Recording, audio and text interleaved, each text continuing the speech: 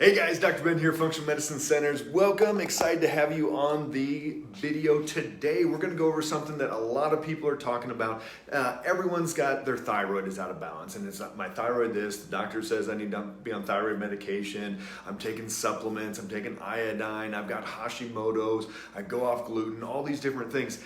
But is it really your thyroid? And for a lot of people, it's not really their thyroid that's the problem. And this is the really interesting part when we dig deep into blood work on so many people, we see it left and right that they come in and it's not really their thyroid. So welcome.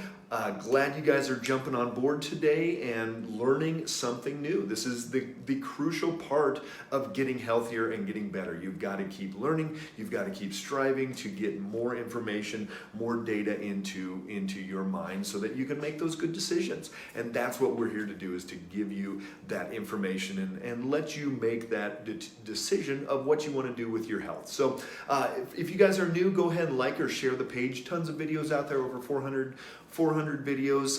We're functional medicine, where it really is the true functional medicine, where we're getting to the underlying root cause. Hey Suzette, good to see you. Just like Suzette, go ahead and pop down where you guys are watching from, all over the country, all over the world. Lots of different people out there that are learning new things every day. So let's get into it. Why do we say it's probably not your thyroid? And here's the important part, is a lot of people come in and they've looked at different websites, they've listened to podcasts, done all types of these seminars, online summits, all types of different things, and said, you know what, it's got to be my thyroid. I'm tired, my hair's falling out, I'm cold easily, I can't lose weight, all these different issues, and so they go, it's got to be my thyroid. They took a survey, whatever it is. It's not always the thyroid. And how do we know this? We run blood work on every single person that comes in. And what do we find is sometimes, yes, it is the thyroid, but a lot of times, even if its thyroid numbers are out of balance, it's still not really your thyroid. So here's a couple things that we look at that are going to be telling us that it's not really your thyroid. So one of them is what is called autoimmune. And that is going to be Hashimoto's. So if you guys have heard of Hashimoto's, this is an autoimmune disease to the thyroid. And there are actually two types of Hashimoto's.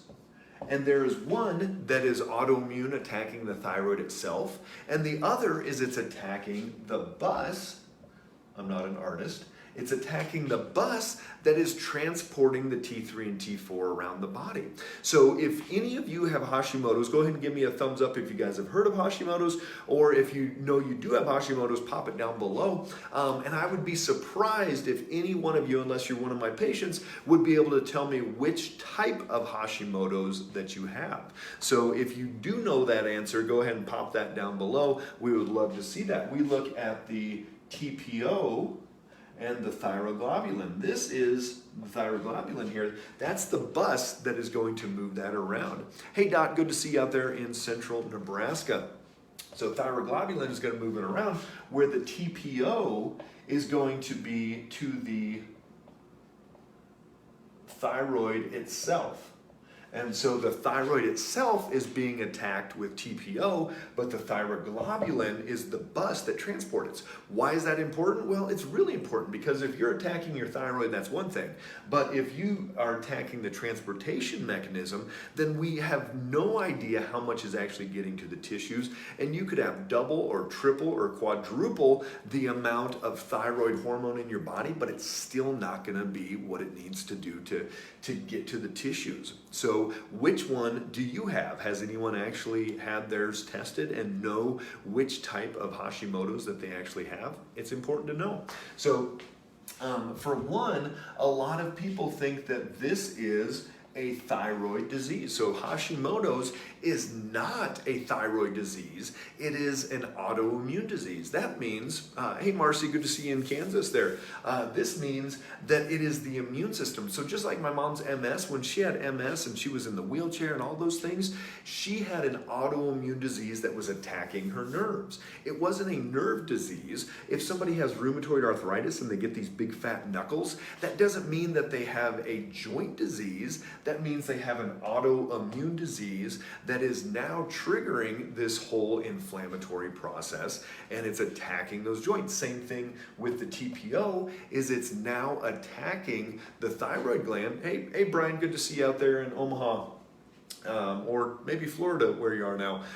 So TPO, we know that it's attacking the thyroid. So that's not a thyroid disease, just like rheumatoid arthritis is not a joint disease, it's actually an autoimmune disease. So this is where we have to take a step back and say, okay, what is causing this autoimmune disease to happen in the body? And that's where we go through step by step, whether somebody does have lupus, RA. We just had a patient today coming in our Nashville location, and she has ANA. ANA antibodies there are going to be telling us about potential lupus, Sjogren's, some of these other autoimmune conditions that we have to deal with the underlying why. Not just, ooh, let's calm down inflammation in the hands or in the body, in the intestines, wherever the inflammation is. We've got to calm down the whole autoimmune reaction in the body. So number one thing that is probably not your thyroid is if it's this autoimmune reaction that's going on.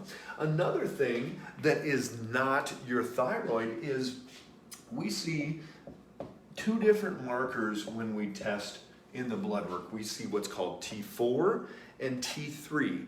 T4 is the most actively produced by the thyroid. So 93% of the thyroid hormone that comes out of the thyroid gland is T4. And we have 7% that comes out as T3. So why do we have so much? Well, T4 floats around, and when we need more thyroid hormone, when we need more metabolism, we turn it into T3. This is what's called the active form of thyroid. So this is the active form of thyroid. We convert it over whenever we need more of it. So that's great. And if that's working fine, we're going to have plenty of T3, we're going to have a good metabolism, good weight, all types of different things. But here's what happens and how it's not your thyroid, because a lot of people have plenty of T4. And then you take what? Levothyroxine or Synthroid? And those, levothyroxine, #1 best-selling drug in this country. Go figure, right? Over 20 million people are on levothyroxine. And so levothyroxine and Synthroid are both T4, and we're already producing mostly T4, but it's T3 that we need to get it to. But what happens is that we have this high T4, so look at your numbers and look for the ratio, and if your T4 is at the upper end, but your T3 is at the lower end or is actually low, then that's going to be a conversion issue, meaning we're not converting that T4 to T3. So where does that happen? Well, it doesn't happen in the thyroid, I can tell you that much. And it happens in the liver, about 60%, and about 20% in your gut. So what do we have going on? We've got this underconversion of the T4 to T3 into that active, good, usable, lose weight, have good circulation, have good digestion, brain function, all these different things. We have this conversion going over there, but if the liver is out of balance, if the gut is out of balance, and what percentage of patients do we have coming in that have those imbalances? Probably 99% of them have their liver and their gut out of balance, and we've got to work on those. So very commonly we see T4 too high and T3 too low, and if your ratio is off like that, you've got to look to the liver and to the gut. It is not your thyroid itself that's the problem, it's those other areas and that conversion that takes place in there. So this is the second part that is going to be not your thyroid when we start talking about why people are feeling and experiencing these symptoms. So yes, there will be thyroid symptoms, and you will have low thyroid symptoms, but here's what happens then, is people will go online, they'll read a book, they'll go to the health food store, and they'll take their iodine, they'll take their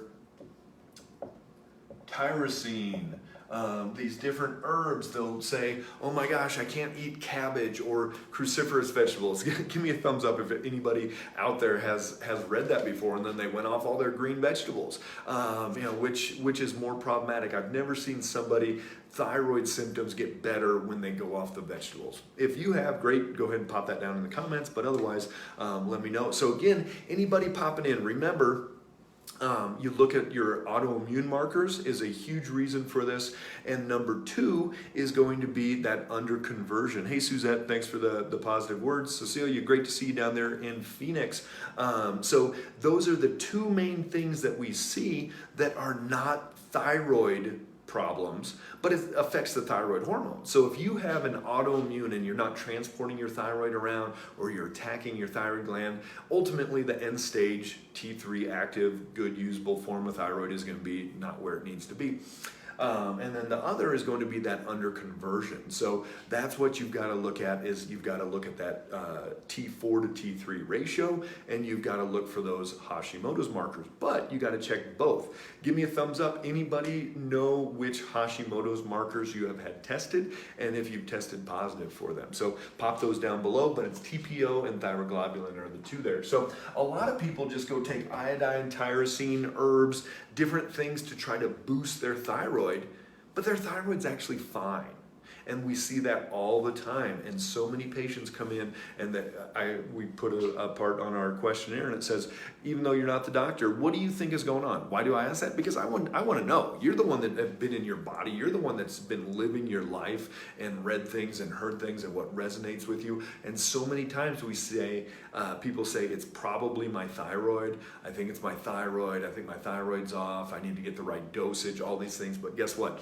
It doesn't matter what dosage somebody gets. If they've got Hashimoto's or if they've got underconversion, it is not going to make that big of a difference. Hey, Julie, great to see you out there. So again, there's no amount of iodine or tyrosine for the vast majority of people that are going to get them feeling better. You've got to get to the underlying why. You've got to get that balanced out to that point where people can truly get healthy and function on a much better level. So if you've got questions at all, throw your numbers down below. If you've got questions, want to know if it's underconverting or not, and we can answer any of those.